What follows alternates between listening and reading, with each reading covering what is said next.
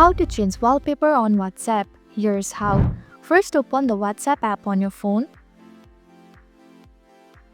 Next, tap on the three vertical dot icon at the top right corner of the screen. From the menu, select Settings. In the Settings menu, click on the Chat option. Furthermore, under the Display section, look for the default chat theme and select it to change the chat background. Tap on the wallpaper to proceed with the customization. At this point, you have two options. You can either choose the default wallpaper shown on the screen or select Choose from your gallery to pick a photo from your own gallery. Additionally, if you would like to adjust the color of your chat icon, tap the circular icon at the bottom left corner.